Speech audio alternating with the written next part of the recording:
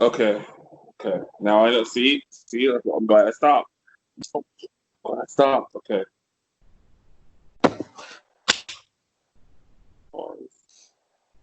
What's going on, everybody? But don't laugh. Stop making me laugh. Stop I it. didn't do anything. Oh my god. It's so difficult. Okay. Pause. What is going on, everybody? My name is Chris Kazama. I am joined by Adrian Slayer. We are going to go over and review the pay-per-view that was the horror show at Extreme Rules, which sounds like a pretty cool gated community. Adrian, what did you think about the beginning of this show? Did you watch the pre-show? I guess we started the pre-show. Did you watch? I didn't watch the pre-show. No, I forgot. Don't beat Murphy. We can keep it going. The cool thing about that is at the end of that match, Kevin Owens told Murphy that he's really good in the ring and he shouldn't be a follower. Now we can go to that cool opening package where they had all the little cool, creepy stuff there, and like everybody was screaming and everybody was scary, and it was really cool considering that it's July. So, what did you think about that Halloween package? I don't understand it. I didn't hate it, but it's July. Is it because we are a country living in fear? Is that why we had a horror show pay-per-view? Because we're all wear masks and we're not going to have an actual Halloween. So they're just trying to give us a Halloween. We're getting it out the way now. Okay. Yeah. Okay. No, I didn't understand why there was a horror show concept, but it doesn't matter because I thought it was a solid, well-executed plan. So at the end of the day, who cares what I thought, because they did well. It was creepy. It was creepier than anything they've ever done for Halloween, which is hilarious. It was again weird concept, but well executed. So go off WWE, I guess. Yeah, I thought it was nice. I thought it was really cool that they had all these things. As you said, it was really weird that it took place in July. But started off the show hot. We had a tables match for the tag team titles. It was, I don't know if they're still called the Artist Collective, but it was the Artist Collective of Shinsuke Nakamura and Cesaro versus the New Day. New Day comes out. Artist Collective comes out, and the Artist Collective, the build to this match is that Cesaro essentially is upset that he and the Artist Collective haven't been taken seriously and that their actions speak louder than their words. So that's what they're out to prove here today. What did you think about the tables match? I thought it was phenomenal. You have four of the best wrestlers in the company going at it. The Artist Collective is more talent in that two-person team rather than half the company put together. I will never ever get bored of watching Cesaro pick somebody up that's twice his size and yeet them across a 20-foot ring. It never gets old to me, and he's been doing it since 2012. And Big E is my favorite wrestler in the company, and I don't even think it's close. He is so good at everything he does, whether it's mic work, whether it's promo work, whether it's in-ring work. He's so fucking talented. And just the fact that he hasn't had a major title run, I get the whole Kofi definitely deserved it, but Big E needs something because he's really good at everything he does. And every time he does that dive through the ropes and that shoulder block, I lose a year off my life at least because I hate it. I'm not here to tell a grown man what to do. No, I'm here. Stop it. I enjoy you. Please don't. It's going to take one fuck up and you're going to be Hayabusa. Oh, don't say that. Don't say that. Chris Kazama does not endorse philosophy Slayer. It's a scary sight though. One sweat spot and that's going to be all she wrote. We're not wishing that. I'm knocking on wood. Right. Look, I got a whole fireplace that's made out of oak. I'll knock all day. Here, I'll knock over here. But yeah, no. What did you expect out of four of the most talented wrestlers who have a history of wrestling with each other? Maybe not Shinsuke so much, but Cesaro's been wrestling the New Day for fucking a decade, it feels like. Yeah. Like, since the New Day became a thing, Cesaro's been in a feud with them during multiple tag teams. Like, he's fought them with every team he's ever been a part of. Yeah. Tyson Kidd, Cesaro, The Bar, now this one. He is the New Day aficionado. I think the New Day won their first tag team titles off of Tyson Kidd and Cesaro. So, yeah, they did. Cesaro winning the tag titles off of it. I thought it was a great match. Not even necessarily The Bar. What was the one with Sheamus and Rusev and? Oh, the United Nations. No, the Nations. The United Nations. Huh? I know what you're talking about, but yeah, Cesaro was not in that stable. I thought he was. It was European. It was Barrett and it was Sheamus. Oh, well then I'm a liar. Okay. Good God, you're such a fucking liar. Anywho, yeah, I thought it was great. I thought that the crux of a table match is false finishes, where it's hard to kind of get false finishes in. And I thought they did a really good job of it. I was literally about to mention that next, is the false finishes got me. All of them got me, and I'm like, yeah. I think Kofi Kingston is still laying there, though. Yeah, I think they just put a mat over him and continue the show.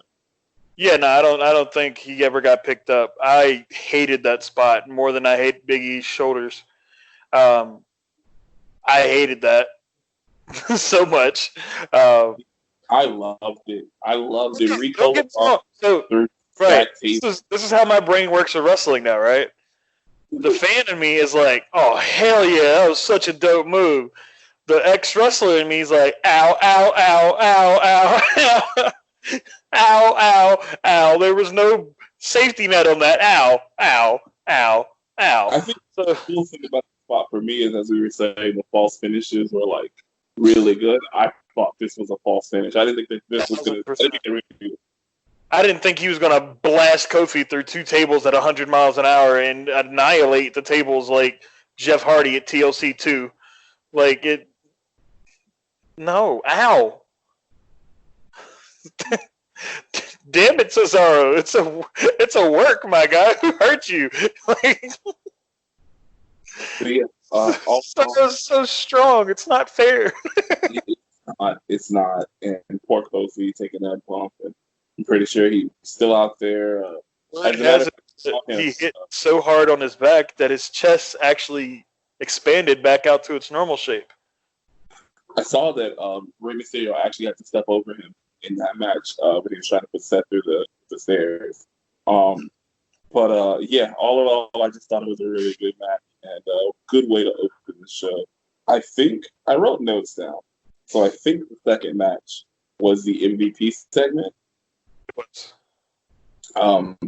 Apollo Crews ruptured a disc or a bulging disc from the Bobby Lashley full Nelson, which is the move that took out Raditz. And because of that, he could not compete at Extreme Rules, and MVP came out and anointed himself the U.S. champion. We skipped Bayley and Nikki Cross. I thought that was third, so we'll get into that next. So we started here. MVP, U.S. champion, but not U.S. champion. But he's got his own belt. Who did that? Was it MVP that did that before? I mean, they've done it as recently as like this year because they had an interim cruiserweight title with Jordan Devlin. They haven't really said anything about it, but Santos Escobar won the interim cruiserweight champion. Now he is the champion. Yeah, I mean it was something to do to fill a spot. I guess I don't know. It works. Yeah, it's a good way to get MVP back in. What made him famous as a wrestler was his United States title run. Bobby Lashley, every time I see him doing the full Nelson, I just think of when he broke the Master Lock, and that's the only reason he's doing it is just the shit on Chris Masters.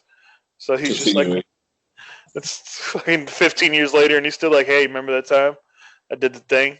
Suck it." Yeah, I feel like her business stable too. Like I think I kind of have an idea where they're going. I think this match was going to be MVP beating Apollo and actually winning the U.S. title, so they can get rid of the old design and MVP can just carry the new design. Because it wouldn't make sense for Apollo to win and then take MVP's belt and then ditch his belt. That would make too much sense. So then after MVP wins, Apollo then goes through this thing where he's like, well, maybe I can't win, turns heel and joins the Hurt Business, and then MVP as a like thanks and like I told you so, gives him the U.S. title, and then Apollo is now the U.S. champion in the Hurt Business with the new belt. MVP. Yeah, that makes sense. Because right now it doesn't make sense, but you know, we'll see. But here we are. Match 2, I guess. Bayley versus Nikki Cross. The build here is in conjunction with all the build for women's matches on this card, actually. Sasha and Asuka are intertwined with Bayley and Nikki, and the two partners, Kyrie and Alexa, are cheering them on and are there specifically to neutralize the other person. What did you think of this match? If that yawn was any indication, I did. Oh boy, because this is like my third favorite match on this show. I don't like Nikki Cross. I don't find her entertaining that much. I don't. It's just not there for me. I don't enjoy watching her.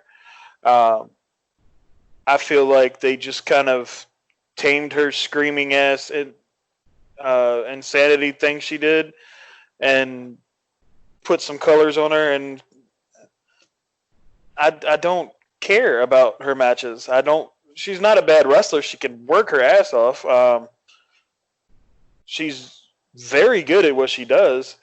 But as far as her character goes, I would rather watch this wrestle a match. And I would probably get more joy out of this pack of wipes than I would a Nikki Cross match. Bayley, however, yes, we've established this. Bayley is great, and I like Bayley. But if it's Nikki Cross, I don't care.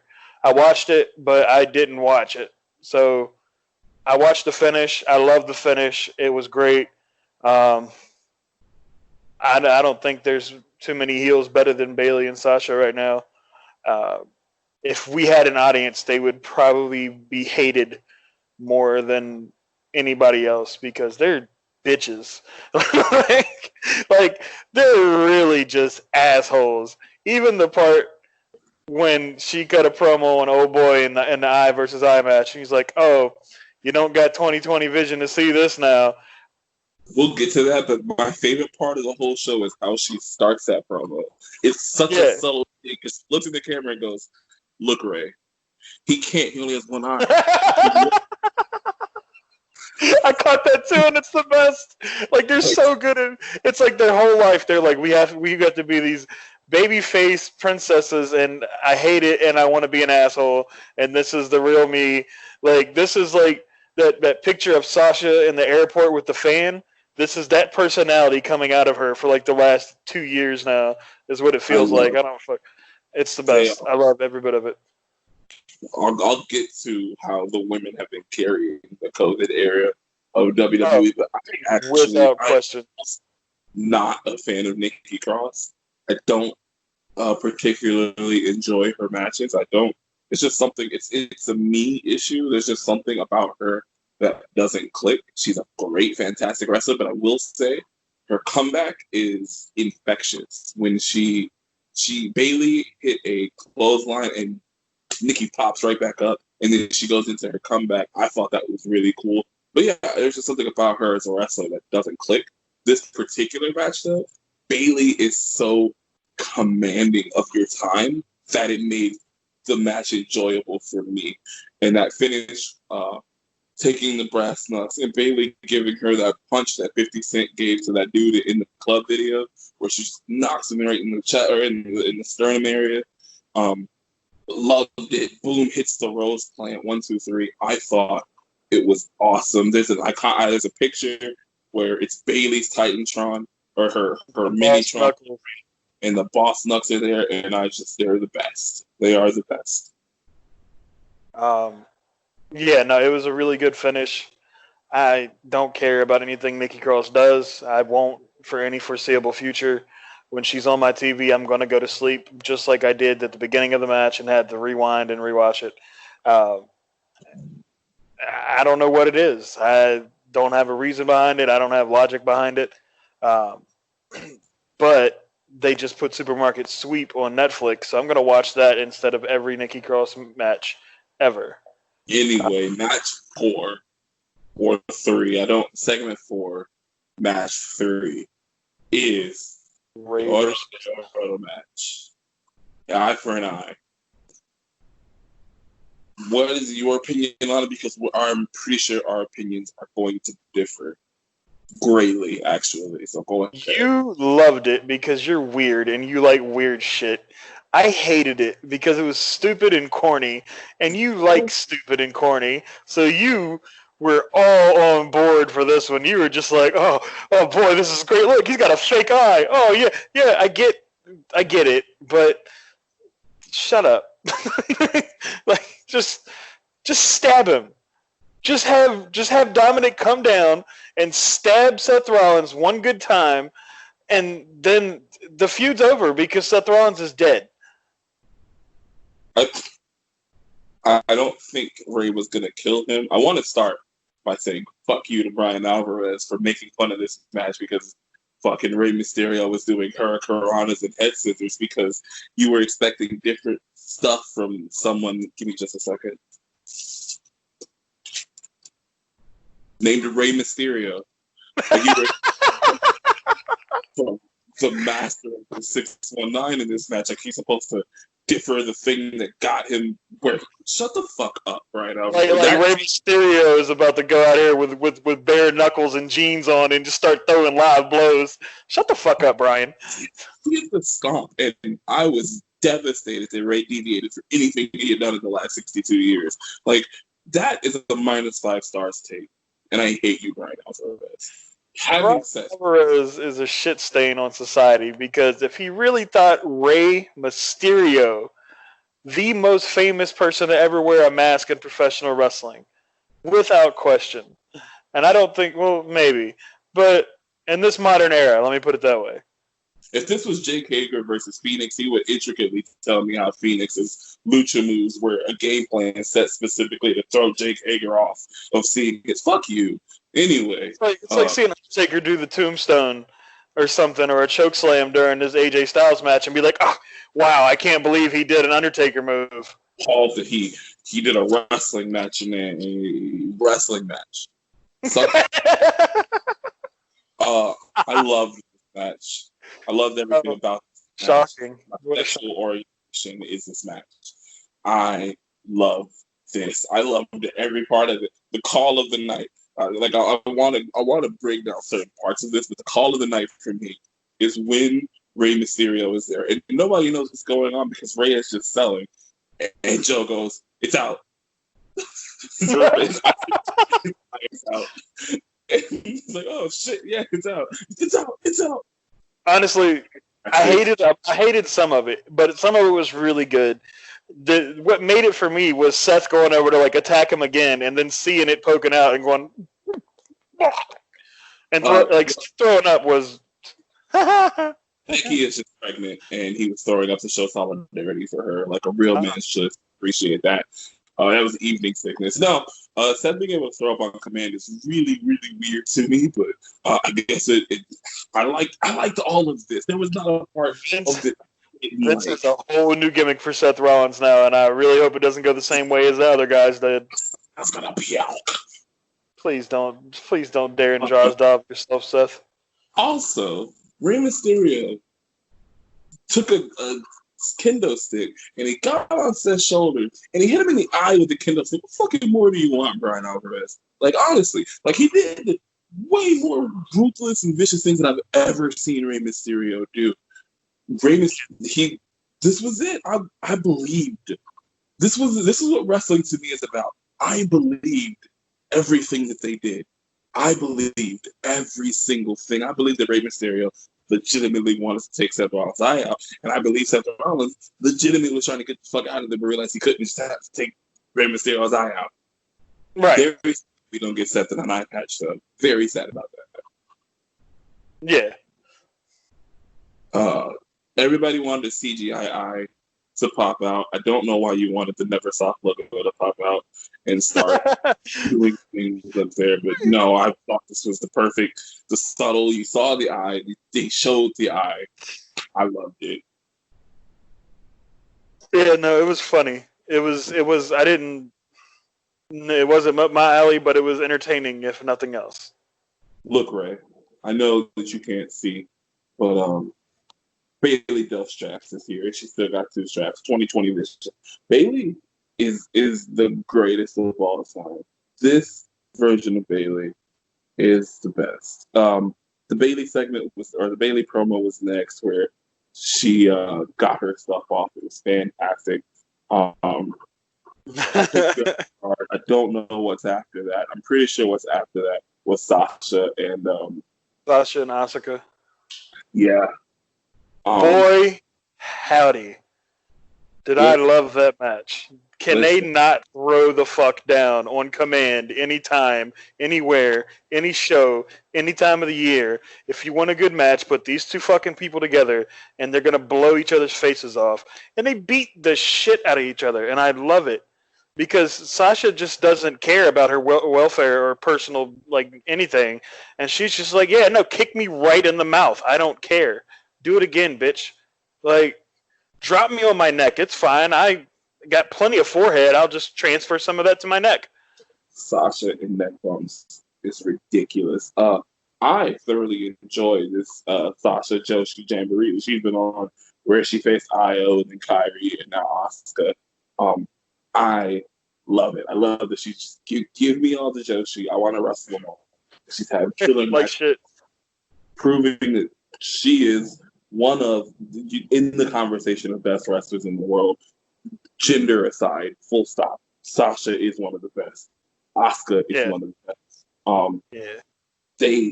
It's almost like I expected this to be good, and it was better than my expectations. What's wild to me is that Sasha has consistently been one of the best wrestlers in the company since 2015. Yeah. And I don't think it's even close to, well, I wouldn't say that, but there's very few wrestlers in the company who's been as consistently good as her. She definitely has her periods where she's kind of like, but in the matches where she has somebody that can work, i.e. literally Becky, Charlotte, Asuka, Io, Kyrie, not like just the blonde hair, blue eyes, oh, look at me, I'm a model kind of bitches. She can wrestle.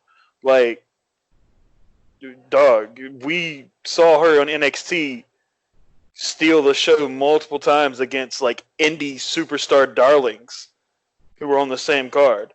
Like, we're talking about, Kevin Steen and Generica are fighting, but oh my god, did you see that Sasha Banks match?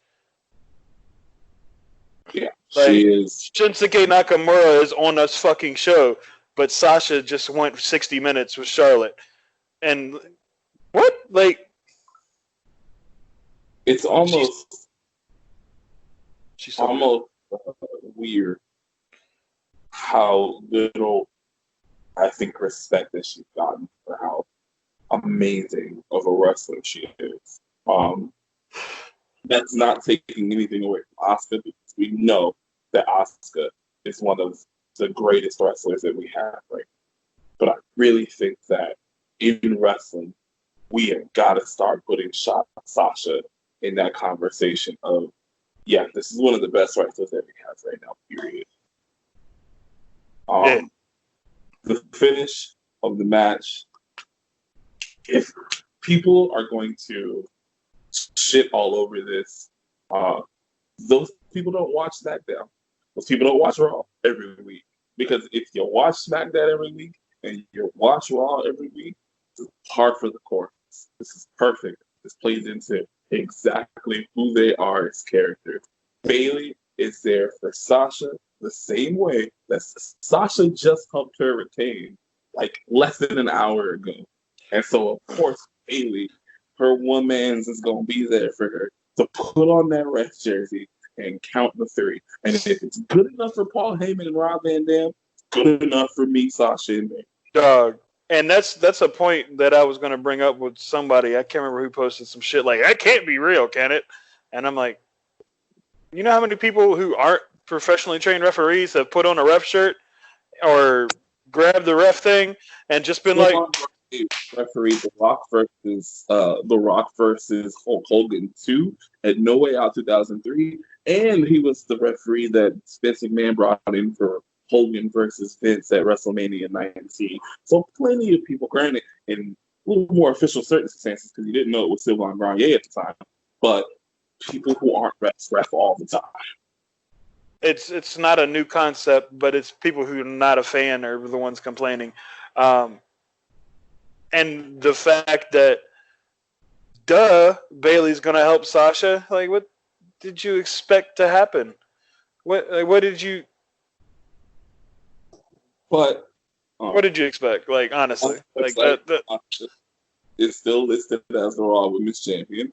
Very much the same way that Apollo is still listed as the U.S. Champion. So we will find out on Monday, because this show has very much told you, we're trying to get you motherfuckers to watch on Monday. And I think this show actually did a pretty good job of that. Any more thoughts on this match? No, I mean, it's Asuka and Sasha Banks. Like, it's two of the best women wrestlers in the entire world. And they had a match together. Like, you don't even need to say much. They killed it. That was one of the best matches of the night, easily. And it's always hard to top either one of those two battling it out, because they can really put on a good fight. They make it look like a fight more than a wrestling match. They make you believe that I hate this bitch. I want her to die. Like, I want to take her belt and beat her to death with it. Like, that's the feeling you get when you see these two wrestle each other. Or these two wrestle anybody, period. Like, they are able to encapsulate that belief and just really... It doesn't feel like just a wrestling match, you know? They're really good at what they do. Like, really, really good. My favorite spot on the entire show came from this match, and this is my final thoughts on it. Asuka started doing this move when she got there. She started it with Sasha, where Asuka does the pop-up knee, where she'll pick you up with one arm and knee you on the other. Well, in this match, Sasha knows it's coming, so she goes for the knee and blocks it and turns it into the bank statement. And I thought that was really dope. And then later on in the match, Sasha goes for the Eddie Guerrero arm drag, where he grabs them and goes up the ropes.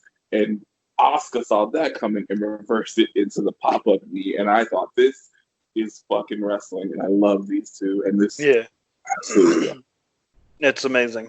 Like, you couldn't have picked. You'd be hard pressed to pick two women to wrestle better than these two against each other in a one-on-one match. Yeah, like, even with all the shenanigans aside, the shenanigans, I think, actually was awesome match. Drew McIntyre defending the WWE Championship against Dolph Ziggler. The build to this match was that Dolph was a part of the trade that sent AJ to SmackDown. We just didn't know that Dolph was a part of that trade until he got to Raw. Immediately challenged Drew McIntyre. Drew McIntyre called Dolph family and said family gets to choose whatever stipulation they want. And Dolph said the stipulation was going to be a surprise up until the match. And as it turned out, the stipulation, and I'll be very honest with you, they could have picked a ton of stipulations. There is no more Dolph Ziggler stipulation than this match is only Extreme Rules for me. I thought that absolutely that is just dickhead enough. Though. Perfect stipulation. What were your thoughts? These guys have history together, so it was cool to see two guys who, not only have they tag teamed, won belts together, won gold together, they've had each other's back through everything. They go back too. Like, they're kind of in the same era when they started off. Drew McIntyre being the chosen one and Dolph Ziggler being, the pretty boy with the really weird dye job and why are your roots black? I don't understand. Who did this to you?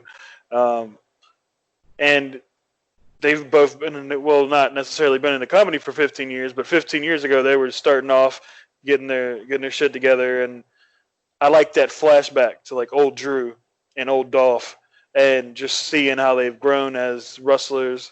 It is such a Dolph Ziggler thing to be a one-sided Extreme Rules match, and it couldn't have been anything better.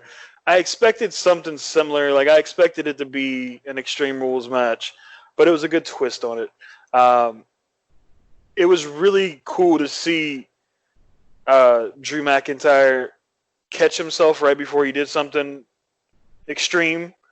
Like, one of my favorite spots is when he went to suplex him through a table, and he was like, oh, fuck, and just like spun it around and suplexed him on the mat instead of through the table. And like, I was like, ha. Like, that got way more of a pop out of me than it should have, but I was so tickled by that. I was just like, ha ha, he's aware.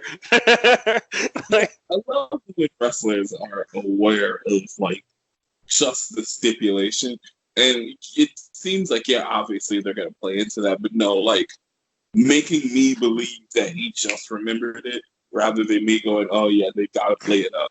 Because like, he just remembered that. Yeah, because he picked him up, right? And I expected when he looped the arm for the suplex, I'm like, oh, Dolph's going to do the little, and then he's not going to get him up. And then he just yeets him up. And I'm like, wait a minute, no. And then, like, he's holding him, and he's just like, and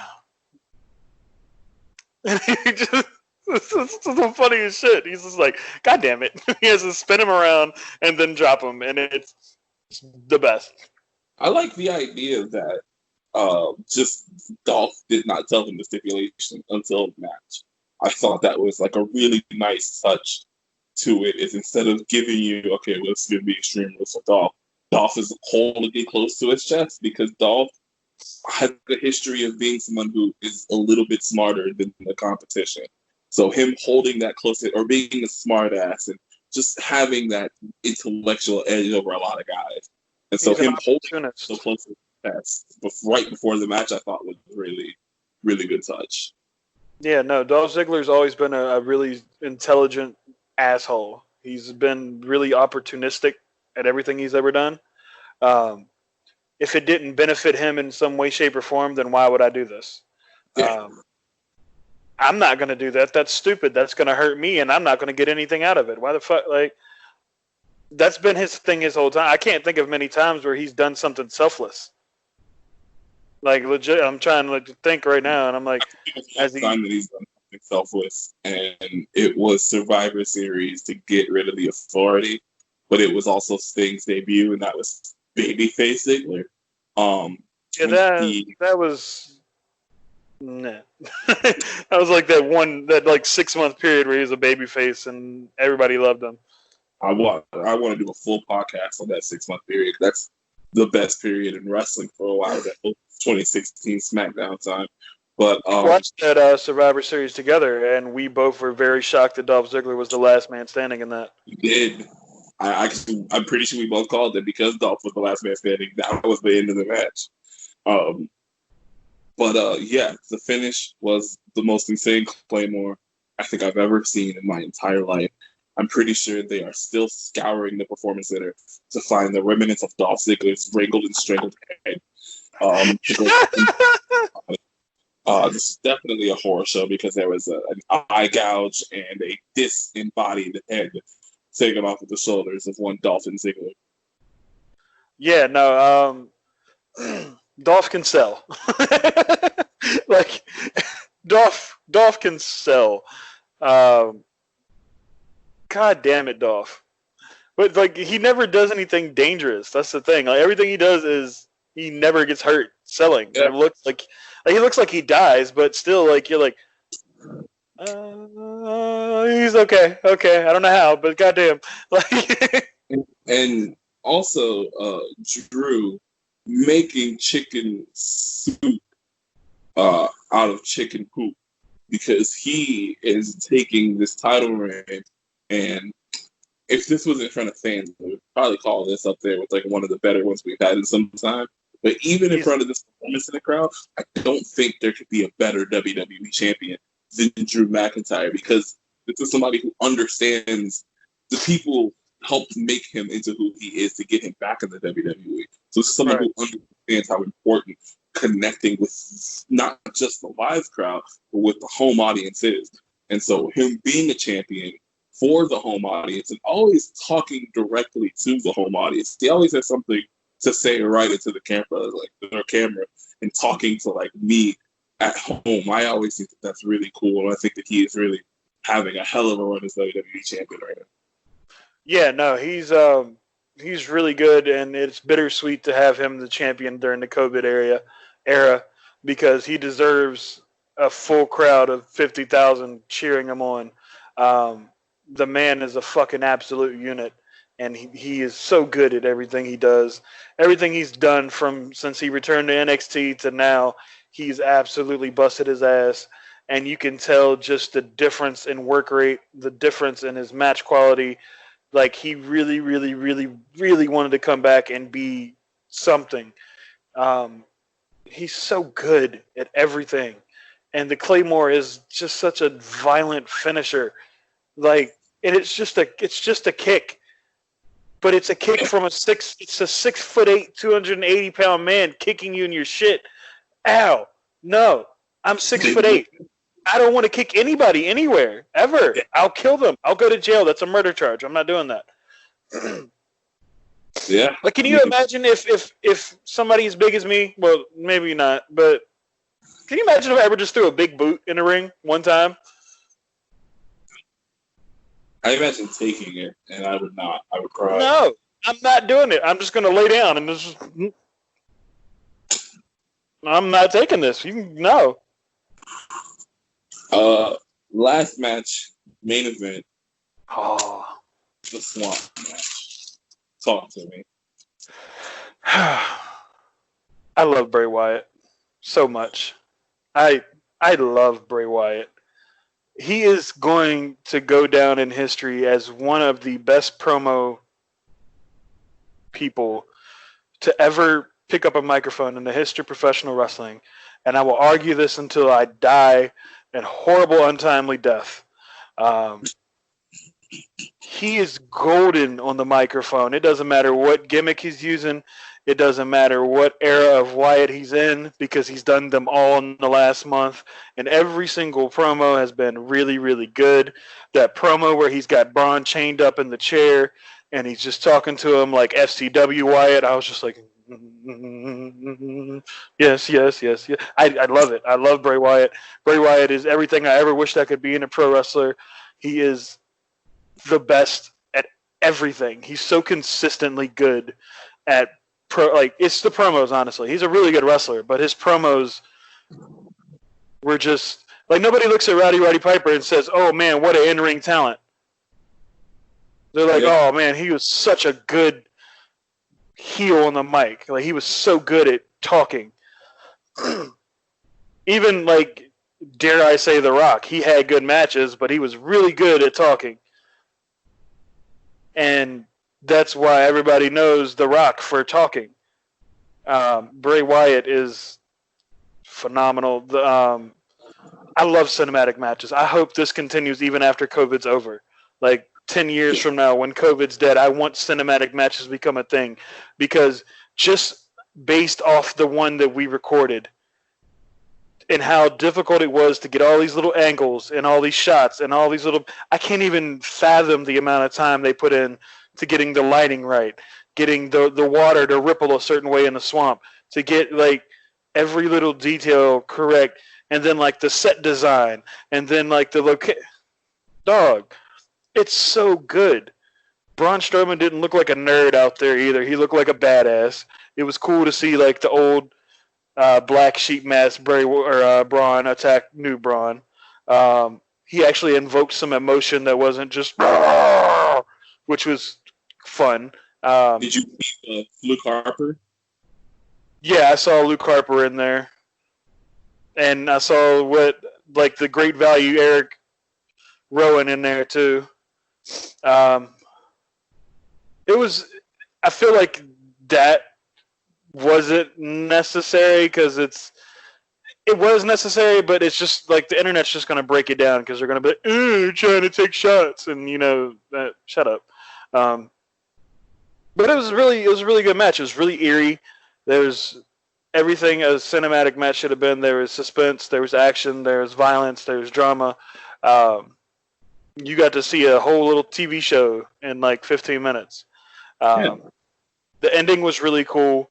I guess our champion is dead. I don't know. He's going to be vacant, I guess now. But to see the Fiend coming up out of the red water was really dope. I feel like they took a lot of cues from Matt Hardy and his cinematic matches, and I feel like they learned a lot from those because there's a few things in there I'm like, oh, okay, they've been watching Matt Hardy do shit. Okay, yeah, okay. But no, it was fun. I don't think it was better than the AJ Undertaker match because that was ridiculous, and I loved it. But again, Bray Wyatt, anytime he picks up a microphone, I'm just gonna sit Indian style and listen and just pay full attention because there's nobody else better on the microphone to me personally. Yeah. Like he's. Oh. Yeah, I think the scale, we now like have the scale, and the scale is the best being Undertaker and AJ Styles, and the worst being One Final Beat, Chop Chop and Gargano. I think it's much closer to Boneyard than it is One Final Beat. Yeah. I enjoyed that earlier in the show. Bray Wyatt had the creepy funhouse, and he wanted to show you the scariest thing that he has over the last couple of weeks. And it was 2 weeks ago. I thought that was amazing. I love John logos too. That was fun. And that means Vince knew it was shit. And I love when WWE self-aware is showing themselves they fuck up. I thought that this was everything that it needed to be. I knew where this was going. Since we started this Braun angle, I knew that this was going to lead to the Fiend at SummerSlam. I didn't know that it was going to lead to Braun being drowned right in front of my face. I did not know that I was witnessing I witnessed a maiming, I witnessed a beheading, and a murder. So this was definitely a horror show. And you also witnessed somebody's chest being uncaved. It's crazy. Yeah, or Kofi. I'm pretty sure Kofi was somewhere in that swamp. Slaying there from the table. Laying under a pile of like broken crates. He's saying, "Help me! My spine hurts. They just threw me here." My interpretation of it is probably wrong, but at least I thought that Braun Strowman won the match because the match was Braun Strowman versus Bray Wyatt, and Braun Strowman clearly killed Bray Wyatt. Bray Wyatt died because he drowned him. And then the credits appeared. And I know they did the little after credits jump scare thing, but I'm using the credits as the basis as we did not see Bray Wyatt after he got killed and drowned. We saw the Fiend after he got killed and drowned. The Fiend they've made the precedent that the Fiend is a separate entity from Bray Wyatt. So that's two different characters. So Braun beat Bray and murdered Bray Wyatt, and then the Fiend came and murdered Braun. So it was a double homicide, but Braun won in between the first and second murders, and the credits were there to tell you that, hey, that murder signifies that Braun Strowman win this match. Oh, and now Braun is also being drowned. I hate your hot take so much. Like, that's such a Kazama just run right there. It's It's accurate, but it doesn't make it less horrible. it's just murder. Y'all want the horror show. They gave you every fucking element of a horror show possible. It was interesting. I'm glad it wasn't a Ciampa match. That shit sucked. I don't ever want to see that again. I'd rather watch Seth Rollins throw up. And it was worse the second time. Yeah, I'd much rather watch Seth Rollins throw up on the loop. Like, that's more entertaining to me. I mean, it was... As soon as Braun won the belt, I'm like, oh, cool, he's dropping it to the Fiend. I had no faith in... But Braun's not a champion. He's one-dimensional as hell. He's a big dude that growls and can throw people. And he lost all his hype after... like 2 years ago. If they would have put the belt on him when he was beating Roman Reigns into a ground and flipping over ambulances and what I was going to get at. Flipping semi-trucks and all that, then this would be perfect and I would love it. But it's 2 years too late and nobody cares about Braun Strowman anymore. There's no momentum left. And Braun Strowman left the minute Get These Hands became popular. Once Get These Hands became a thing, he became... 100%. Instead of this dude who is a cartoon character, because that cartoon character was the most over thing in wrestling for a little bit when he would flip ambulances and his sole goal in life was to kill, murder, and maim Roman Reigns. Like, that was the coolest shit in the world to watch one person who only was like, you know what? I'm going to get up, I'm going to make a bowl of cereal, make some coffee, maybe watch the news, and fucking murder Roman Reigns. He was more over than every single person on the roster, and it's not even close. It's not even remotely close. There was nobody in 2016 that was coming close to Braun Strowman being over. He flipped over a fucking ambulance with a half-beaten, half-dead Roman Reigns inside of it. He flipped over a semi-truck. He flipped over cars. He flipped over everything. He was what Big Show aspired to be in the early 2000s. And the man was the most red hot. And he wrestled better then. He had more of a broad moveset then. Roman hat was amazing. And he was the, like, when that Braun music hit and he yelled out Braun at the beginning of his theme song, the crowd popped like fucking Chicago 2011 when CM Punk showed up. And nobody cares about Get These Hands was cute, and then that became his thing. And that was his thing was, it's like Roman Reigns ooh-ah, except Roman Reigns ooh-ah is over and people like it. Nobody wants to hear come on, Ryback, get the fuck out of here. Like, nobody cares. Like, it's stupid, and he said it in a passing line to a fucking Heath Slater, and then all of a sudden that's his gimmick.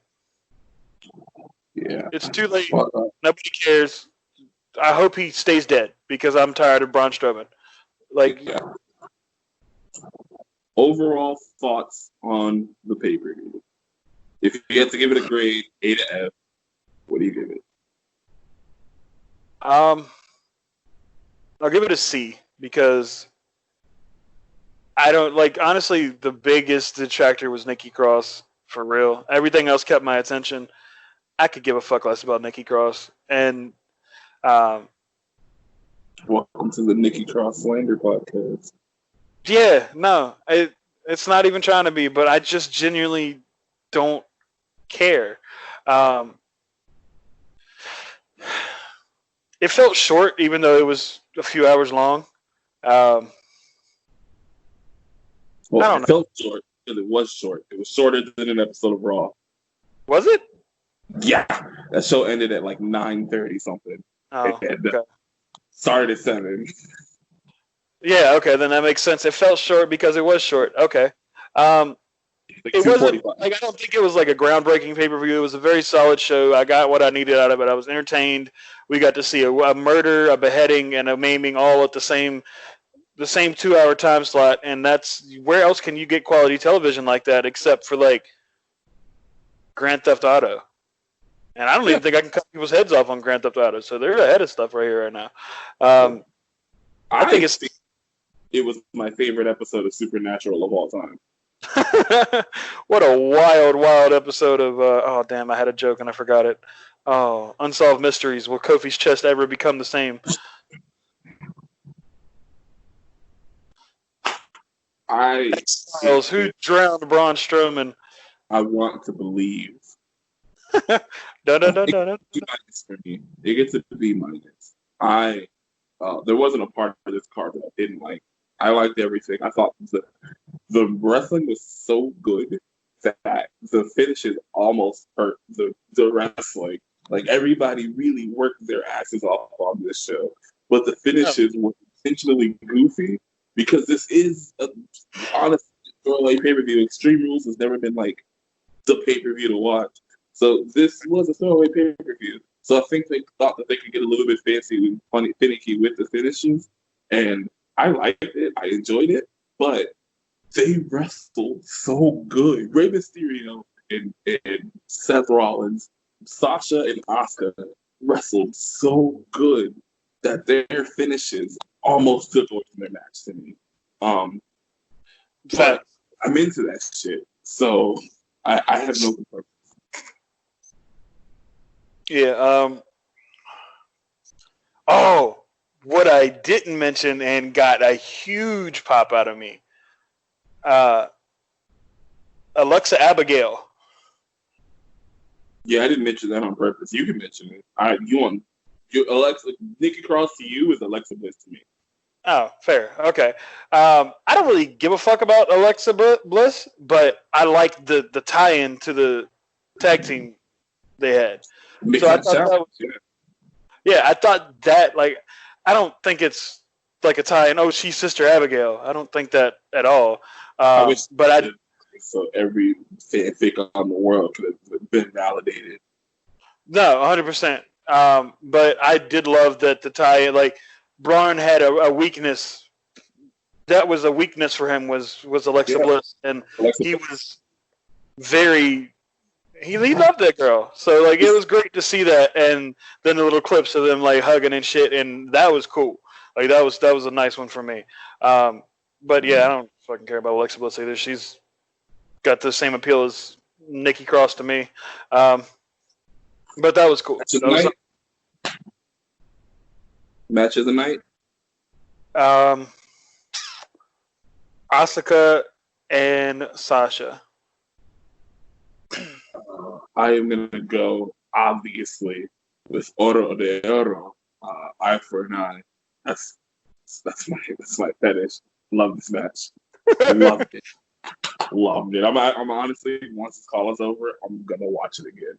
I loved that match. I'm not gonna ask you what your worst match is because I already know it's Bayley versus Nikki Cross. Yeah, that looks to be it. That is our Extreme Rules review. This was fun. I think we'll probably do this more often, which means you have to start watching some more fucking wrestling. So, yeah, we will Can I just read like the Reddit post about it and make unbiased opinions? No. Look at me. No. Anyway. It's the first wrestling pay-per-view I have seen since WrestleMania. This is the first wrestling show I've seen since WrestleMania.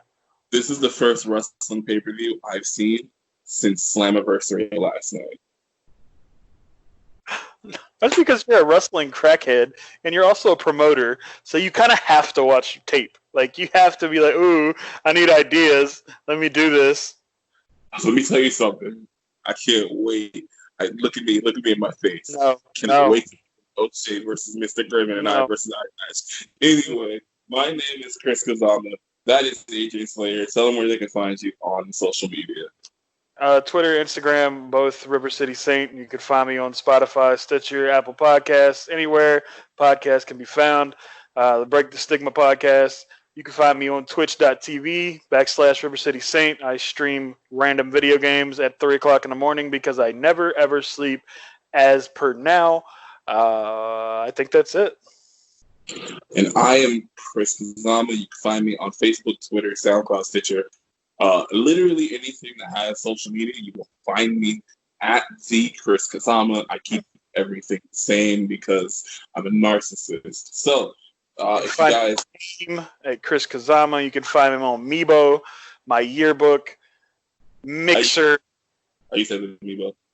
Everybody had a Meebo account. Who wants to use multiple instant messaging services when you can just use Meebo? There you go. Yeah, we're gonna end it on Meebo because that's what people want to hear is how we used to communicate back in 2004. My name is Chris Kazama. That is Adrian Slayer. This is unnamed, and that was our Extreme Rules review. If you have disagreed with us, comment below. If you like this video, like it, share it. I don't know where this is going. Maybe YouTube. We'll see. Subscribe if it's going on YouTube. But otherwise, comment. Let us know what you thought. If you hated it, tell me you fucking hated it. Tell me about if you hated it, catch me outside. You want the address? Pull up. Yeah, drop that Addy. Drop the pin. That's what I'm leaving on. Drop the pin. I'm gone.